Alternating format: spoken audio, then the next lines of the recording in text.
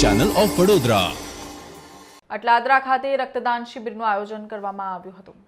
તારીખ 29મી ડિસેમ્બરે રવિવારના રોજ નિરંકારી સદગુરુ માતા સુદીક્ષાજી મહારાજના આશીષ થકી અક્ષર પેરેડાઇઝની પાસે અટલાદરા વડોદરા સ્થિત સુંદર રક્તદાન શિબિરનું આયોજન કરવામાં આવ્યું હતું।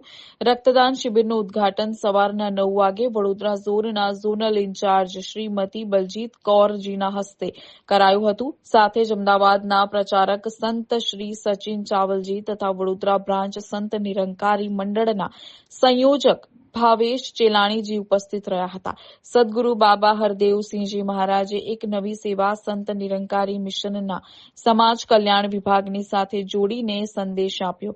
1986 થી આ સેવા પ્રારંભ થઈ આજે પૂરા વિશ્વમાં નિરંકારી મિશન વર્ષમાં 2 વખત રક્તદાન શિબિરોનું આયોજન કરે છે। રક્તદાન શિબિરની સાથે નિરંકારી સત્સંગનું પણ પ્રચારક સંત શ્રી સચિન ચાવલજીના અધ્યક્ષતામાં આયોજન કરવામાં આવ્યું હતું।